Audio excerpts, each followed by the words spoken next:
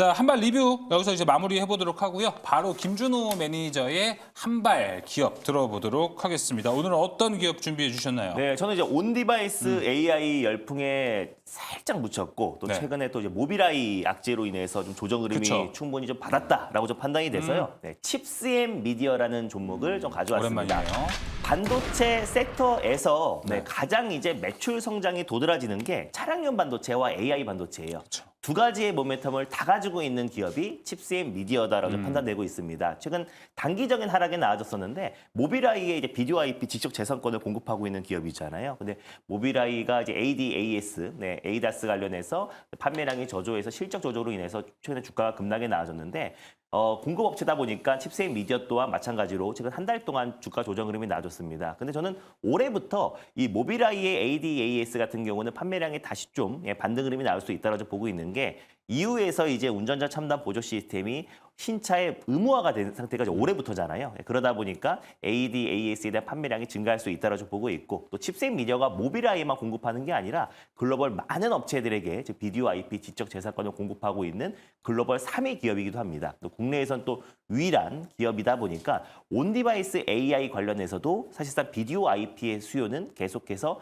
증가할 수밖에 없다라고 보고 있어요. 그래서 추후 삼성과의 어떤 꾸준한 어떤 이제 파트너십을 공고히 지금 하고 있기 때문에 앞으로의 어떤 추가 협력에 대한 기대감도 높다라고 보고 있고요. 그래서 특히 또 온디바이스 AI 시장에서 또 MPU의 어떤 이제 중요도가 더욱더 확대될 수 있기 때문에 또 신경망 처리 장치 관련해서 또 이제 칩셋 미디어가 또 개발을 완료한 상태이기도 하고 또 상용화를 앞둔 시점이다 보니까 결국 이제 GPU 같은 경우는 범용 칩이다 보니까 아무래도 연산 처리 능력이라든지 이 전력 부분에서 이제 많이 단점이 있는 상태이다 보니까 결국 AI 반도체가 지금은 이제 태동기고 성장기 단계이다 보니까 GPU로 충분히 대체가 되지만 이게 이제 성장기와 또 이제 성숙기로 접어드는 순간부터는 우리가 이제 GPU에 대체될 수 있는 NPU 칩에 대한 관심이 높아질 수밖에 없다라고 좀 보고 있습니다. 그래서 결국에 이제 추론용 이제 NPU 칩에 대한 관심이 높아질 수밖에 없는데 그러다 보니까 뭐 마이크로소프트라든지 뭐 구글, 또 아마존, 뭐 메타, 메이저 글로벌 이제 메이저 빅테크 기업들도 잇따라서 지금 추론용 NPU 칩을 좀 개발을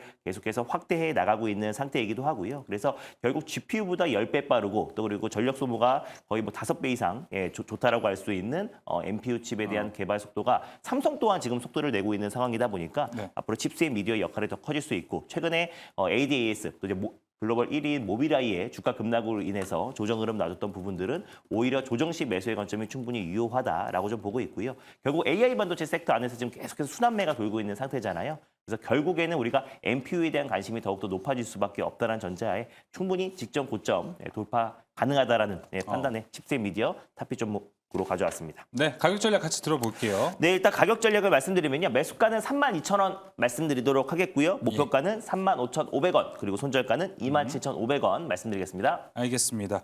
자, 여기에 지금 뭐 VS 이야기도 좀 같이 해보기 전에 채팅창에 이 의견이 있어가지고 김준호 매니저 좀 요거만 같이 좀 수리를 해주시면 좋을 것 같습니다. 갓 원빈님께서 저거 살 바야 이소프트 산다 이렇게 올려주셨는데 저게 대장주다라고 이야기를 해주셨어요. 아무튼 AI랑 큰 틀에서 보면 그럴 것 같은데 어떻게 보십니까? 그럼 e스포츠 사시면 됩니다.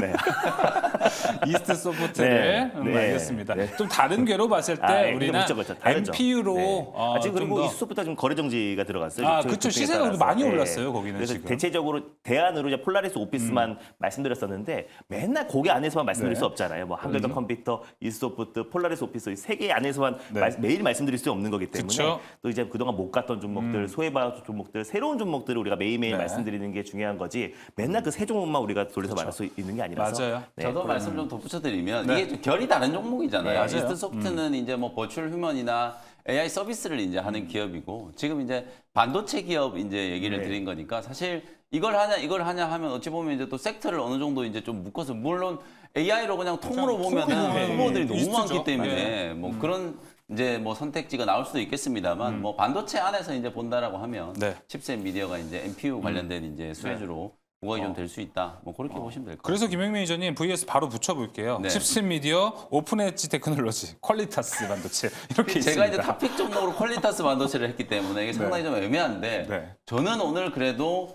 칩셋 미디어 손을 좀 들어드리도록 하겠습니다. 오. 사실 요 안에 없는 거 할까 하다가 어제 진정성. 제가 안에 없는 거 KEC 했다가 KEC만 안 가더라고요. 그래서 이제 오늘은 안에 있는 후보 종목 중에 이제 칩셋 미디어를 저는 탑픽 종목으로 이제 좀 말씀을 드리고 싶은데 뭐 우리 김준호 매니저님이 워낙 설명 잘해줬어요. 어쨌든 이 MPU 칩 물론 이제 칩셋 미디어가 과연 이 성능이 이제 10배 이상 이제 GPU보다 더 높다라고 하고 속도 그 전력에 대한 부분들은 5분의 1 정도 이제 소모가 된다라고 하면 결국 어제도 저희가 말씀드렸다시피 이 온 디바이스 AI가 확장하기 위한 가장 전제 조건이 이 바로 MPU 칩이 얼마나 빠르게 보급이 좀 될 수 있느냐가 관건이거든요. 그래야만 온 디바이스 왜냐하면 여러분들이 핸드폰에서 자체적인 AI가 구동이 되는데 배터리 충전했다가 1시간 그 AI 썼더니 배터리 다 방전돼 버리고 이런 현상이 생겨버리면 맞아요. 사실은 이제 디바이스를 쓰는 것 자체가 어렵잖아요. 그래서 이 저전력 반도체 특히 MPU 칩에 대한 이제 수요가 폭발적으로 좀 늘어날 수밖에 없는 상황이기 때문에 뭐 칩셋 미디어는 자율주행 이슈도 있습니다만 반도체 쪽과 이제 관련해서 어찌 보면 온 디바이스 AI 관련된 수혜주 중에서도 오히려 아직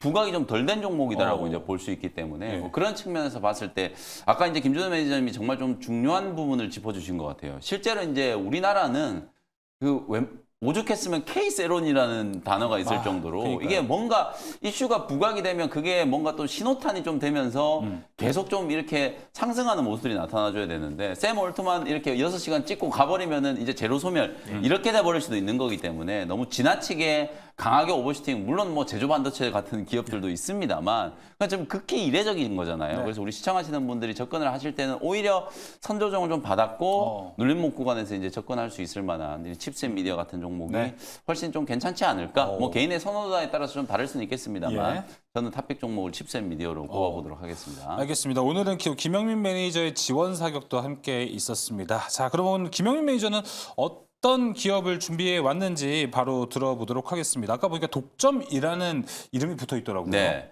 아직까지 이제 주가는 좀 바닥권이고 어저께 이제 이수페타시스가 강하게 이제 급등을 하면서 이제 기판 관련된 종목들에 대한 환기 효과가 어느 정도 좀 생겼다라는 측면에서 기판 관련주를 하나 준비를 좀 해왔거든요. 기가비스라는 종목을 소개를 좀 해드려 보도록 하겠습니다.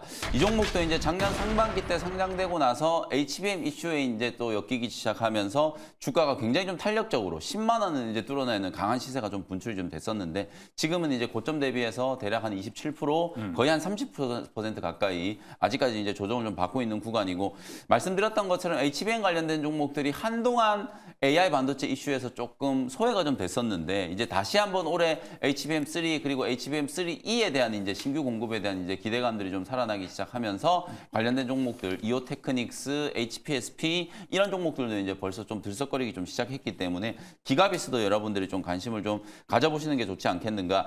2004년에 이제 설립된 반도체 기판을 전문적으로 이제 검사하는 기판 강학 검사 장비를 이제 전문적으로 제조하는 기업인데요. 제품 라인업이 이제 크게 보면 한 두 가지 정도 있거든요. 먼저 첫 번째는 기판에 이제 복잡한 회로들이 막 새겨져 있잖아요. 그 복잡하게 새겨져 있는 회로들의 패턴이 이제 정상적인가를 이제 검사하는 AOI 장비라는 게 있어요. 요게 이제 가장 주력이라고 보시면 되고 그 다음에 이제 그 결함이 있다라고 하면 그 레이저로 이 결함을 이제 치유하는 장비. 요 두 가지가 이제 AOR 장비. 요 두 가지가 가장 핵심적인 이제 장비 라인업이라고 보시면 될 것 같아요. 앞서 이제 성호 아나운서께서 이제 얘기해 주셨던 것처럼 이제 독점적이라는 얘기가 뭐냐면 실제로 이런 고사양의 이제 반도체 기판들을 검사하는 장비들을 주로 다 외국 걸 쓰고 있어요. 가장 대표적으로 미국의 이제 KLA 장비를 쓰고 거의 대부분 또 일본 걸 이제 쓰고 있었단 말이에요. 근데 이제 국산화를 하면서 국내에서는 거의 이제 독점적인 이제 경쟁력을 가지고 있는 기업이 바로 이제 기가비스다 이렇게 이제 보시면 될 것 같고 AI 시대에서는 결국 이제 시스템 온 칩, 이 SoC와 D램을 고속으로 연결하기 위한 이제 멀티 패키징, 멀티다이 패키징이 결국 가장 핵심이 좀 될 수밖에 없는 상황이기 때문에 멀티다이 패키징에는 결국 FPGA 기판이 폭넓게 활용될 수밖에 없다. 그러면 이게 기술적인 트렌드를 봤을 때는 거의 뭐 확정적인 어떤 이제 트렌드가 형성되고 있는 상황이기 때문에 이제 본격적인 시장 회복과 개화만 되기 시작하면 실적이 좋아진다라는 건 뭐 불을 보듯 뻔한 거거든요. 근데 이제 기판 종목들이 사실 그동안에 왜 부진했느냐? 우리나라도 보면 이제 대덕전자라든지 해성DS 이런 기업들이 2022년부터 정말 공격적인 이제 증설 투자를 해놨는데 가장 이제 좀 부진했던 이유가 PC용 이제 수요가 급감을 했기 때문에 작년에 이제 PC 수요 급감으로 인한 업황 타격 이게 가장 결정적으로 이제 실적에 좀 부정적인 영향을 미쳤거든요. 근데 올해 이제 스마트폰을 포함해 가지고 이제 IT 디바이스에 대한 이제 수요도 좀 회복될 거라는 생각이 좀 들고 결정적으로 이제 반도체 업황이 AI 이슈로 인해서 강력하게 이제 좀 턴어라운드가 될 거다라고 이제 기대가 좀 되고 있는 상황이기 때문에 사실상 이제 기가비스의 실적에 대한 기여도도 좀 좋아지지 않겠는가 이렇게 이제 전망을 좀 해드려 보도록 하고요. 네. 가격 전략 한번 말씀 좀 드려보도록 하겠습니다. 어제 알겠습니다. 종가에는 이제 79,000원 정도 접근하는데 차트 위치 보시면 아직까지도 좀 바닥권에 있어요. 그래서 이제 눌림목 조정이 이제 어느 정도 완료가 좀 되고 다시 한번 이제 상승 트렌드가 만들어지는 초입이다. 이렇게 이제 보고 대응을 한번 해보시면 될 것 같고요. 1차 목표 가격은 92,000원 정도, 손절 가격은 7만 원 정도로 가격 전략 참고해 보시면 되겠습니다. 네, 알겠습니다. 자, 가격 전략 확인해 보시고요. 이어서 김준호 매니저와 함께 여기 VS를 좀 마련해 봤습니다. 일단 김현 매니저는 기판으로 소개를 해줬지만 그래도 네. 저는 좀 큰 맥락에서 수공정 장비로 그렇죠. 좀 이야기를 묶어봤는데 그래서 어제 상당히 좋았던 이오테크닉스 시총도 상당히 큽니다. 그리고 반면에 시총은 좀 작지만 오히려 그래서 올라갈 룸이 많지 않을까? JT 같이 준비해봤거든요. 네. 여기서도 아까 김영민 매니저님이 저 한번 응원해 주셨잖아요. 그래서 지원 저는 사격을 보냈어요. 네. 네. 기가비스가 좋아 보입니다. 다만 저는 좀 기가비스 말고 한 단계 더 올릴게요.